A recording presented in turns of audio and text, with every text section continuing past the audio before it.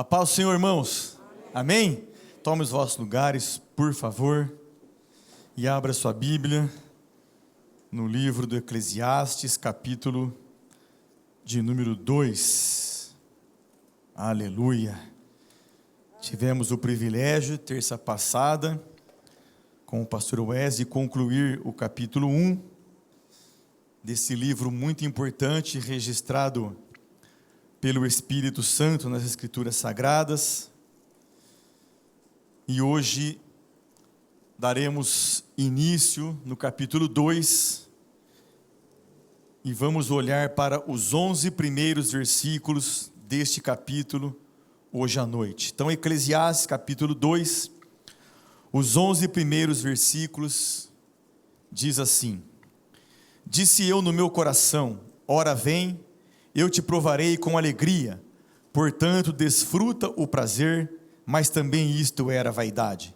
Do riso disse, está doido, e da alegria, de que serve esta? Busquei no meu coração como estimular com o vinho a minha carne, regendo-me porém pela sabedoria, e como me apoderar da loucura, até ver o que seria melhor que os filhos dos homens fizessem debaixo do céu, durante o número dos dias da sua vida. Fiz para mim obras magníficas, edifiquei casas, plantei vinhas, fiz hortas e jardins e plantei neles árvores de toda a espécie de fruto. Fiz tanques de águas para com eles regar o bosque em que reverdeciam as árvores. Adquiri servos e servas e tive servos nascidos em casa. Também tive grandes manadas de vacas e ovelhas, mais do que todos os que houve antes de mim em Jerusalém. Amontoei prata e ouro, joias de reis e das províncias, provi-me de cantores e cantoras, e das delícias dos filhos dos homens, e de instrumentos de música de toda sorte. Engrandeci-me e sobrepujei a todos os que houve antes de mim em Jerusalém. Em tudo isso perseverou comigo a minha sabedoria. Tudo o que desejaram os meus olhos não lhes neguei, nem privei o meu coração de alegria alguma. O meu coração se alegrou por toda a minha obra, e essa foi a minha recompensa de todo o meu trabalho. Olhei para todas as obras que as minhas mãos fizeram, como também para o trabalho que eu trabalhando tinha feito, e vi que tudo era vaidade e aflição de espírito, e que proveito nenhum havia debaixo do sol. Amém. Glória a Deus. Irmãos, por que estudar Eclesiastes? Um primeiro momento é nós lermos Eclesiastes simplesmente por ler.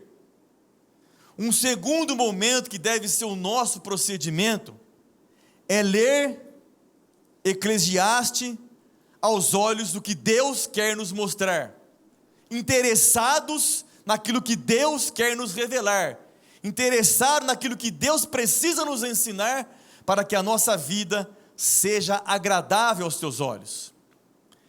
Estudar Eclesiastes para que não entremos nas sugestões malignas, quando confrontados no nosso dia a dia. Por quê? Porque a nossa vida não está baseada em coisas e nem em situações. A nossa vida está ou deve estar ou deveria estar exclusivamente baseada em Deus. Nós não andamos por situações, nós não andamos por coisas. E Eclesiastes vai nos mostrar, vai nos afirmar que algumas coisas, ou na sua totalidade, é vaidade. E o título do nosso estudo hoje à noite é O Sabor de Nada.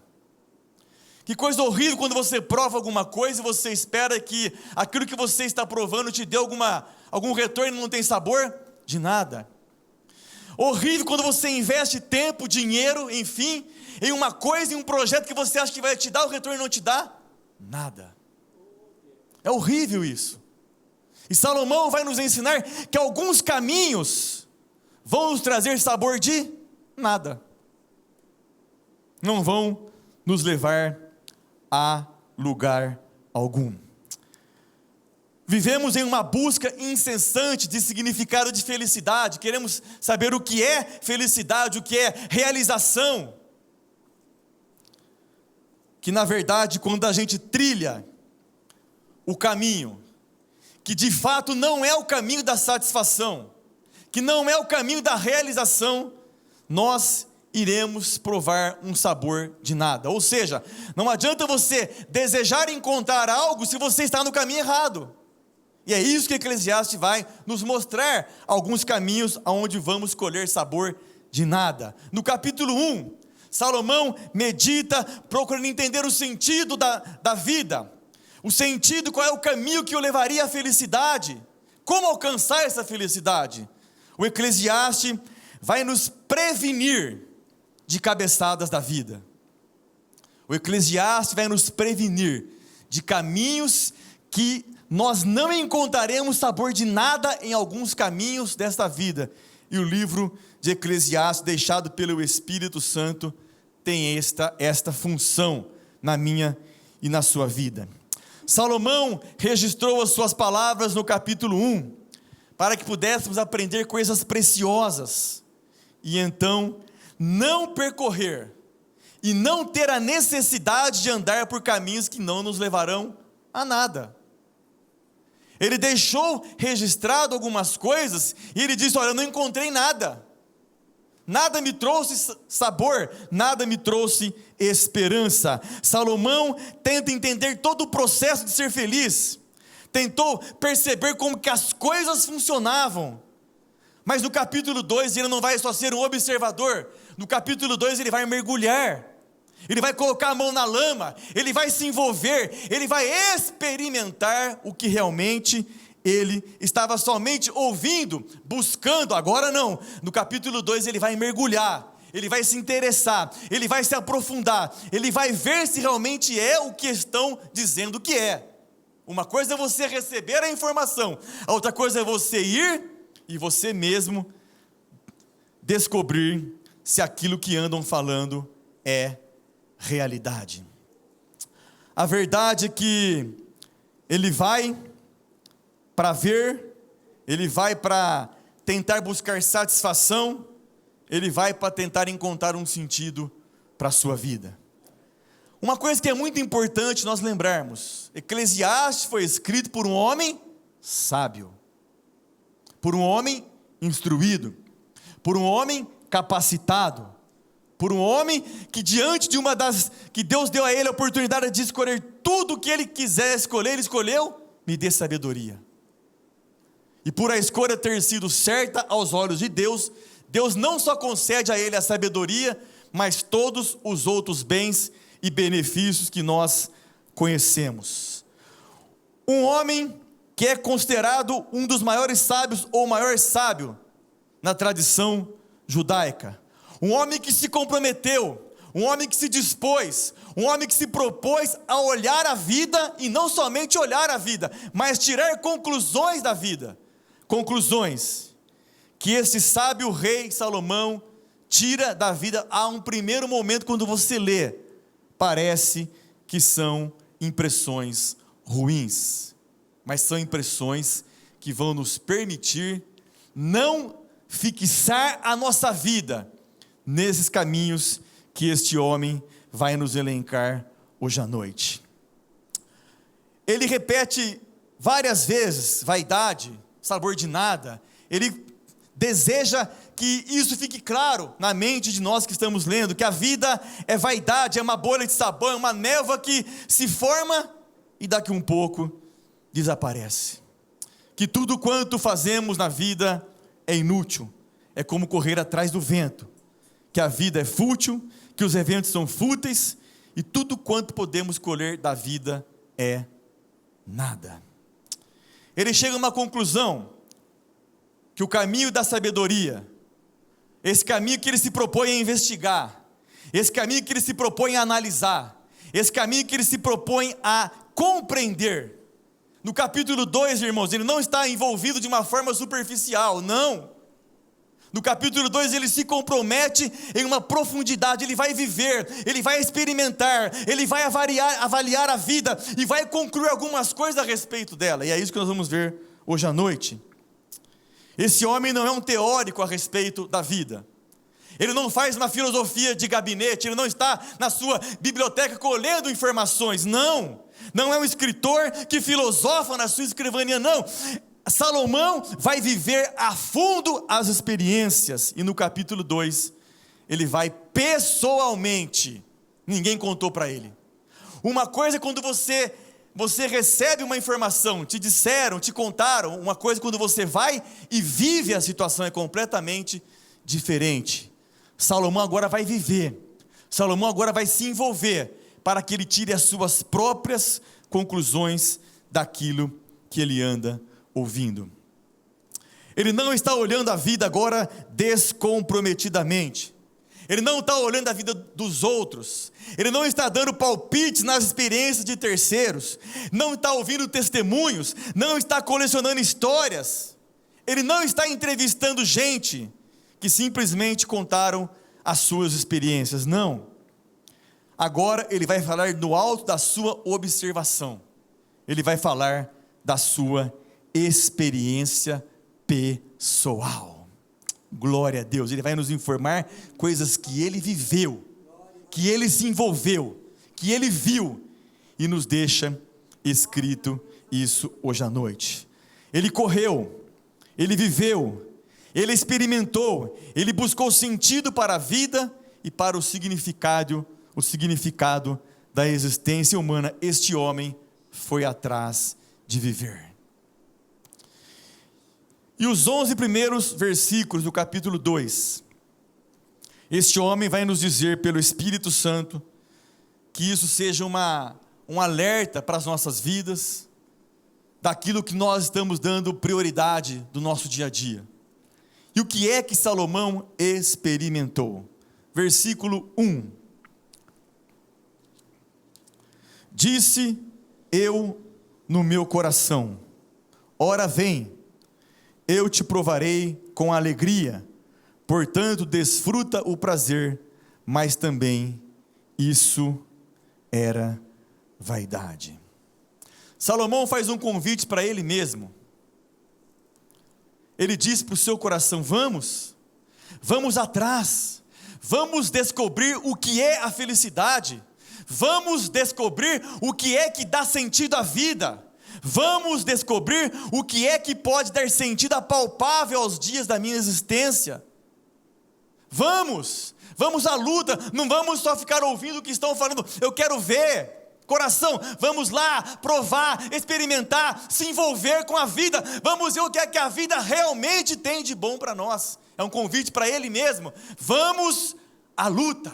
Vamos viver intensamente, vamos lá agora não só ouvir o que os outros dizem, mas vamos nos envolver, experimentar o que a vida está nos oferecendo. E o final do versículo ele diz que isso também era vaidade, inútil, sabor de nada. No versículo 2 ele diz, do riso, disse, está doido, e da alegria de que me serve esta. Alegria no sentido, irmão, singular, ímpar, por um momento, simplesmente um momento X, um riso por um momento único, um momento que não é constante. A alegria que o mundo nos oferece, as coisas que o mundo nos oferece não são constantes, elas são simplesmente por um momento. Acabou aquele momento, você volta a ser a mesma pessoa que você era antes. Salomão está buscando que através da alegria, ou de um sorriso fácil, ele pudesse encontrar a satisfação da sua vida, sua realização e sentir-se completo e pleno. Por um momento, não, a vida não nos oferece isso, o mundo não nos oferece isso, não vai nos oferecer uma resposta plena de uma felicidade que nós estamos procurando, e ele descobre que isso não adianta. As alegrias que a vida, que o mundo nos oferece, são passageiras, são por um certo momento, e ele descobre que isso também tem sabor de nada, e que o riso, a alegria terrena, não iria completar a sua vida, e não iria trazer nenhuma resposta para o seu coração. Aí ele toma uma terceira atitude, no versículo 3, Busquei no meu coração como estimular com o vinho a minha carne, regendo-me, porém, pela sabedoria, e como me apoderar da loucura, até ver o que seria melhor que os filhos dos homens fizessem debaixo do céu, durante o número do dia de suas vidas. Salomão se entrega agora a tudo o que a vida tinha a lhe oferecer. Eu quero que você se aprofunde um pouco e entenda essa palavra vinho como uma alegria artificial. Salomão se envolveu em festas, se fosse o mundo de hoje, em bebidas, em viagens. Ele foi ver o que estava acontecendo. Ele se mergulhou nos prazeres do mundo, para ver se realmente era aquilo que andavam dizendo que é. Mas com um detalhe importantíssimo: Salomão foi fazer essas experiências acorrentado, lúcido a sua sabedoria. Isso é muito importante. Ele foi fazer as suas experiências, mas com sabedoria. Por isso que ele não se tornou um sujeito desmiolado, entregue ao vício, não. Ele foi fazer experiências para ver se tudo aquilo que estavam dizendo, como o mundo ainda diz hoje em dia, o mundo ainda diz, dita regras, que existem coisas lá fora que são bem melhor do que você ficar trancafiado em uma igreja adorando um Deus que você nem sabe se ele existe. Não mudou nada. Mudou só o tempo, as épocas, mas a proposta do inferno é a mesma. Só que Salomão foi fazer experiências com a sua sabedoria. Ele não foi simplesmente para se envolver, ele foi ver o que realmente, se realmente o que estavam dizendo que era, se realmente era. E mais uma vez, isto é inútil, sabor de nada. Quando esses prazeres momentâneos acabam, o que nos resta são os mesmos sentimentos ou frustrações que tínhamos antes. Os prazeres do mundo não completam a nossa felicidade, não trazem respostas para a nossa vida. Aí ele parte para um outro patamar da sua vida. Versículos 4, 5 e 6.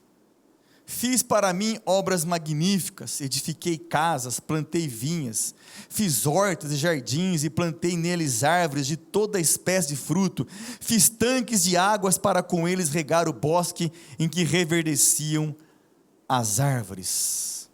Salomão agora se lança a grandes projetos, tentando saciar ou encontrar resposta para a sua vida.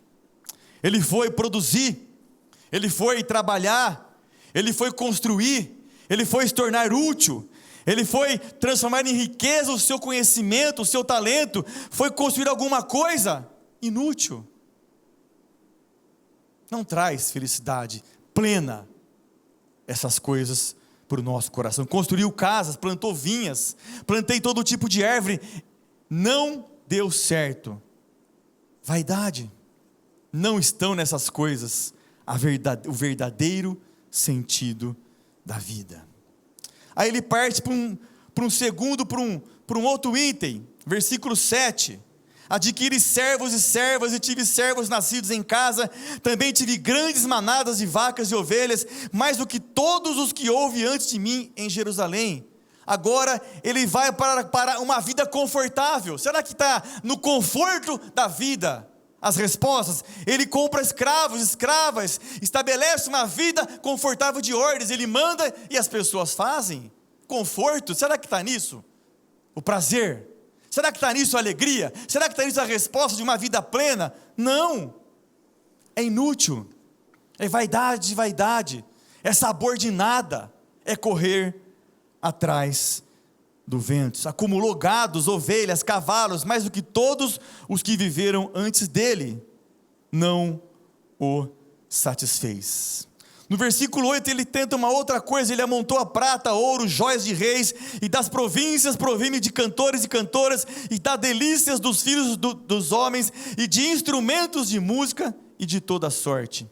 Acumula prata, acumula ouro, joias de reis, e das províncias, ficou rico, ganhou muito dinheiro, fez alianças internacionais, especulou, sabor de nada, tudo é vaidade. Talvez se fosse hoje ele teria entrado para o ramo da arte, se tornado um curador de museu, organizado exposição, conhecido Van Gogh, entendendo de Picasso, de arte moderna, de impressionismo, de expressionismo, arte barroca, porque talvez na subjetividade da criatividade humana há algum sentido que tira o ser humano desta rotina de fábrica e de trânsito e nada adiantou.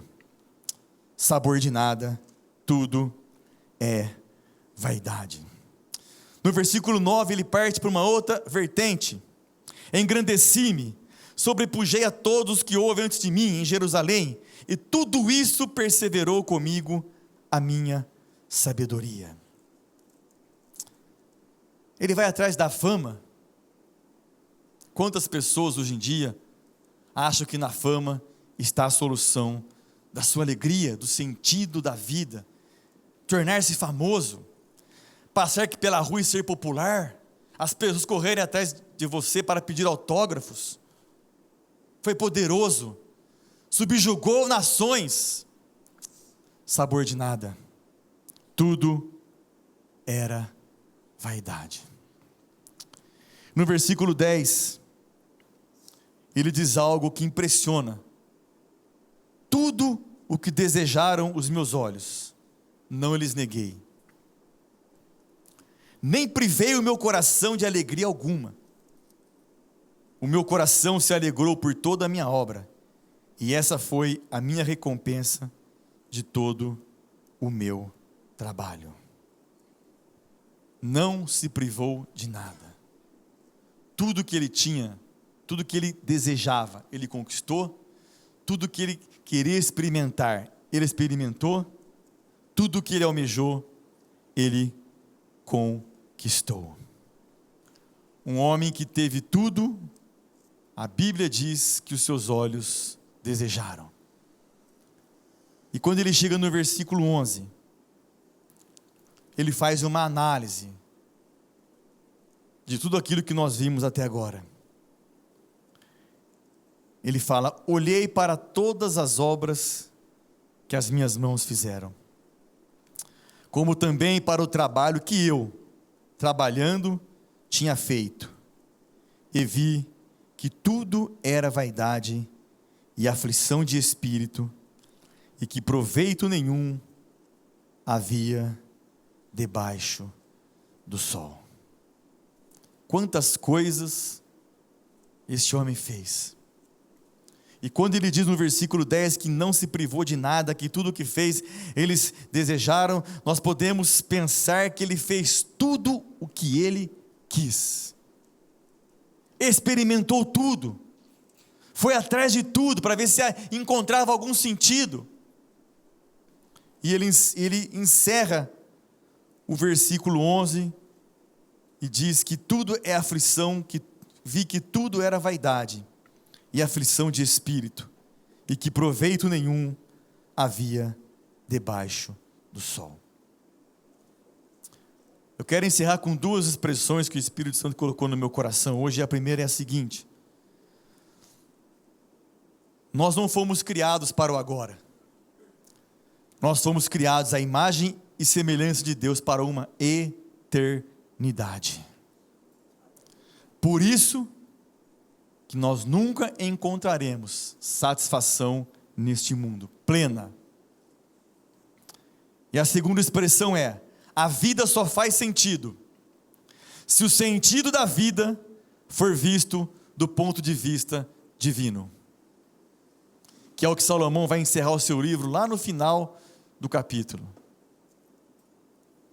Ele vai elencar tudo que nós vamos estudar, e no final ele vai dizer: uma conclusão só eu tenho: teme a Deus e guarde os seus mandamentos. A vida só faz sentido se o sentido da vida for visto do ponto de vista de Deus, do ponto de vista da sua palavra, do ponto de vista daquilo que Deus projetou para cada um de nós. Aonde que está a nossa vida? Em que proporção a nossa mente tem lutado a cada dia? Já foi falado essa noite que a nossa luta é espiritual. Há um combate, há uma batalha, e ela não é terrena. Não estão nas coisas que os nossos olhos enxergam. Projete a sua vida, projete o seu pensamento, projete as suas conquistas para o coração de Deus. As coisas que estão aqui embaixo, tudo vai passar.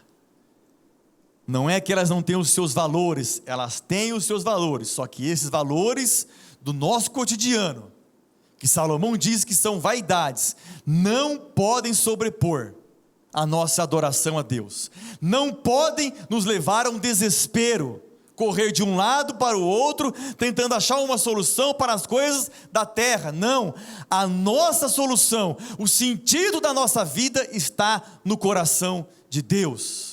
O resto é vaidade, é correr atrás do vento, é chegar ao fim e ver que aquilo que você desejou não tem sabor de nada. O verdadeiro sabor da vida está no coração de Deus.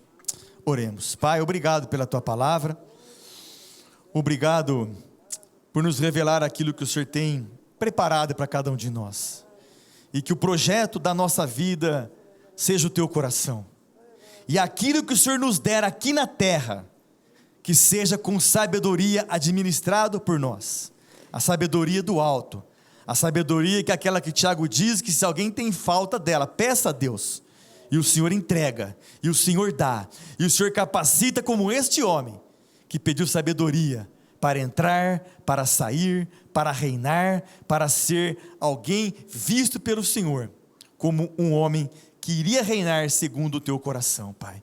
Nos ajude a administrar, primeiramente a nossa vida, na busca plena de uma felicidade que só está na tua palavra, só está em uma vida de comunhão com o Senhor, só está em uma vida de preocupados se nós realmente estamos fazendo a sua vontade. Isso não passa, isso é eterno, a tua palavra é eterna, e aquilo que o Senhor nos der, que nós possamos dirigir, que nós possamos administrar com a sabedoria que vem do alto, mas nada, nenhuma situação desta terra venha sobrepor, venha nos fazer destronar o seu reinado do nosso coração. Nos ajude a compreender a tua palavra e viver a tua palavra, Senhor, e que nós possamos entender que este homem nos deixou algumas coisas escritas pelo Espírito Santo, para que nós venhamos a nos prevenir e não entrar por caminhos que no fim terão sabor de nada. É o que nós te pedimos, ajuda-nos em nome de Jesus Cristo, amém.